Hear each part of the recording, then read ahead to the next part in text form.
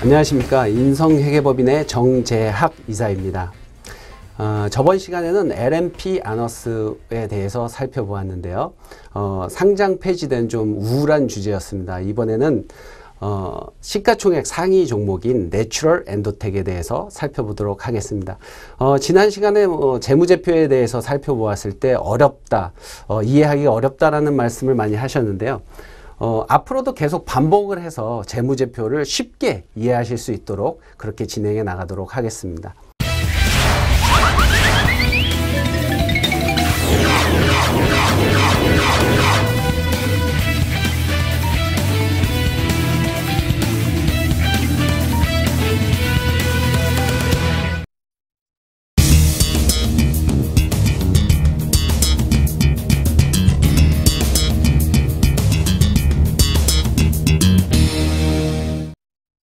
자, 이번에 살펴보실 내추럴 엔도텍에 대해서 보도록 하겠습니다. 상장일은 2013년 10월 31일입니다. 시가총액은 추석 직전에 1조를 돌파를 했고요. 기업 계열을 보시면 헬스케어 신소재 연구개발 전문 바이오 기업이고, 천연물 신약, 건강기능식품 신소재, 화장품 신소재 및 약물 전달 기술을 연구개발하고 제조하는 회사입니다. 이 회사 같은 경우는 홈쇼핑에서 백수호궁이라든가 또 미국 시장에서 에스트로지를 판매를 해가지고 호조를 보이고 있는 그런 회사가 되겠습니다. 자, 여러분들이 이제 그 재무제표를 내추럴 엔도텍이라는 그 회사에 대한 재무제표를 이해를 하시기 전에 우리가 간단하게 재무제표를 볼 수 있는 방법, 재무상태표란 무엇인가에 대해서 간단하게 제가 설명을 드리고 내추럴 엔도텍에 대해서 설명을 드리도록 하겠습니다. 자, 보시면 저희가 이제 추석 때 가족들이 다 같이 모여서 고스톱을 친다고 생각을 하면, 고스톱은 아무래도 좀 이런 방송으로는 쉽지가 않기 때문에 블루마블을 예로 드리도록 하겠습니다. 블루마블을 처음에 이제 현금 20만 원씩 다 들고서 아마 시작을 하실 겁니다. 경기를 시작을 하실 때 그 받은 현금 20만 원은 자본금이 되는 것입니다. 자본금이 되고 그 자본금 가장 단순합니다. 현금 20만 원으로 이제 세계 일주를 하면서 건물도 사고, 이제 토지도 사고 하는 그러한 사업이 시작이 되는 것입니다. 그래서 처음에 시작하실 때 재무상태표는 현금 20에 자본금 20 이렇게 심플하게 시작을 하게 됩니다. 그 다음으로 이제 한 바퀴를 돌고 났더니 내 재산의 상태가 보유 현금이 10만 원이 됐습니다. 왜냐? 건물을 샀습니다. 15만 원짜리 건물을 샀습니다. 그리고 자본금은 여전히 아까 20만 원으로 시작됐기 때문에 변동이 없습니다. 그러면 보시면 재무상태표가 그 한 바퀴 돌고 났더니 현금 10만 원, 건물 15만 원이 됐습니다. 그러면 자본금은 20만 원인데 나머지는 어디를 갔느냐? 바로 당기순이익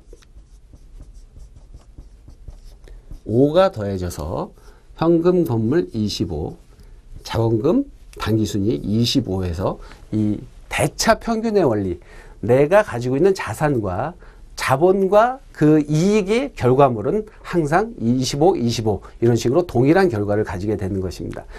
여기서 여러분들은 재무상태표를 가지고서도 여러 가지 스토리텔링이 가능해야 됩니다. 자, 이 당기순이익 5는 어떻게 해서 얻은 것일까? 건물을 임대를 줘서 임대 수익이 들어왔나 보다. 이렇게 생각하실 수도 있고, 건물을 샀는데 임대가 하나도 안 들어와서 부자 아버지한테 5억을 자산 수증을 받았나 보다 해서 당기순이익 5가 됐나 보다라고 생각하실 수도 있습니다.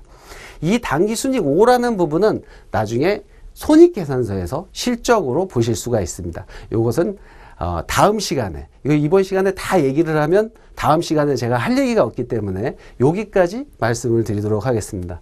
본격적으로 내추럴 엔도텍의 재무 상태를 보도록 하겠습니다. 2011년부터 2014년 6월까지입니다. 자, 자산이 2011년 12월에 80억 정도의 수준에서 2014년에는 830억으로 1000%가 증가를 했습니다. 부채의 경우에는 38억의 수준에서 220억이 됐습니다. 나중에도 부채를 보시면 아시겠지만 자산 830억에 220억의 부채는 굉장히 양호한 수준이라고 볼 수가 있겠습니다. 자본 같은 경우도 50억 수준의 자본금에서 610억까지 자본이 증가를 하였습니다. 이 부분은 재무 상태, 회사의 재산 상태라는 것을 다시 말씀드리도록 하겠습니다. 자, 다음으로 넘어와서 자, 보시면 아까 보신 그 총 재무 상태를 보시면 아, 회사가 굉장히 잘 되고 있구나 하는 부분을 아실 수가 있습니다. 그 정도 부분만 봐도 여러분들은 아, 괜찮은 회사다 라는 부분을 보실 수가 있고, 어떻게 해서 그 회사의 재산이 형성되었는지도 다시 한번 보셔서 건전한 회사의 재무 상태가 반복이 되고 있으면 투자를 해도 무방하다, 어떤 신규 사업을 해도 믿을만하다 라는 부분입니다. 자, 현금 회사의 재무제표에서 이제 제가 빨간색 친 부분들, 이런 부분들을 주의 있게 보시면 되겠습니다.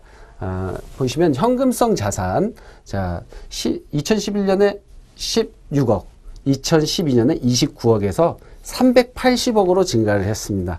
이 회사에 어떤 신사업을 할 수 있는 여력이 충분히 있다는 것이죠. 그 다음에 매출 채권도 건전한 흐름을 보이고 있습니다. 22억, 79억, 그 다음에 100억까지 증가를 하고 있습니다.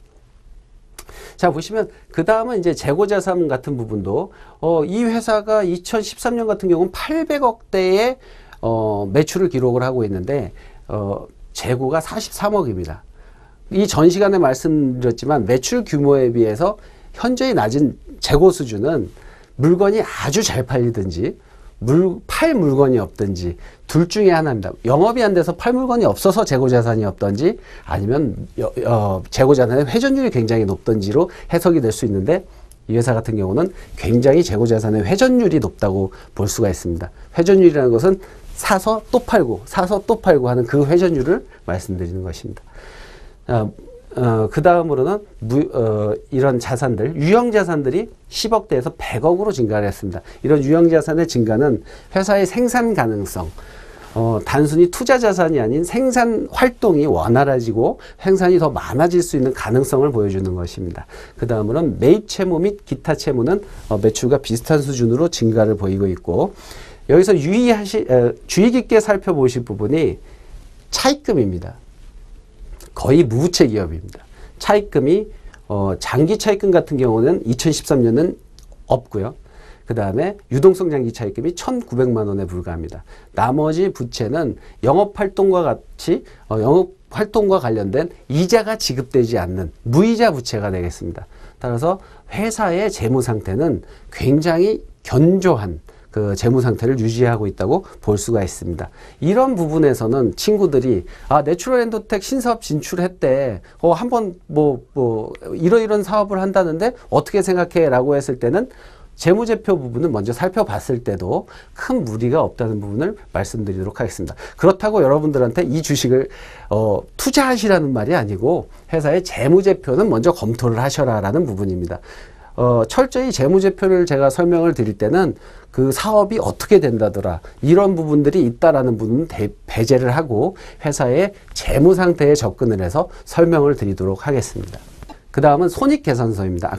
그때도 말씀드린 바와 같이 아까 재무상태표에서는 회사가 돈이 많다, 회사가 부자다, 가난하다라는 부분이고, 손익계산서의 부분은 그 회사는 돈을 잘 번다, 못 번다라는 부분입니다. 손익계산서를 보시면 회사의 매출, 자, 110억에서 840억, 불과 2년 만에 800%가 증가를 했습니다. 800%가 증가를 하면서 아까도 보시면 회사가 그 도덕성이 있느냐 없느냐 하는 부분은 매출이 800억을 증가를 하더라도 어떤 경우에는 매출 채권이 거의 800억 전부가 다인 경우도 있습니다. 그것은 무엇이냐? 분식 회계를 하기 위해서 매출은 했는데 대금 회수가 안 된다는 것입니다. 아까 보시면 매출 채권은 거의 100억 정도, 그러니까 회전하는 정도, 통상적인 회전 정도의 매출 채권만 가지고 있는 그런 양호한 수준을 보이고 있습니다.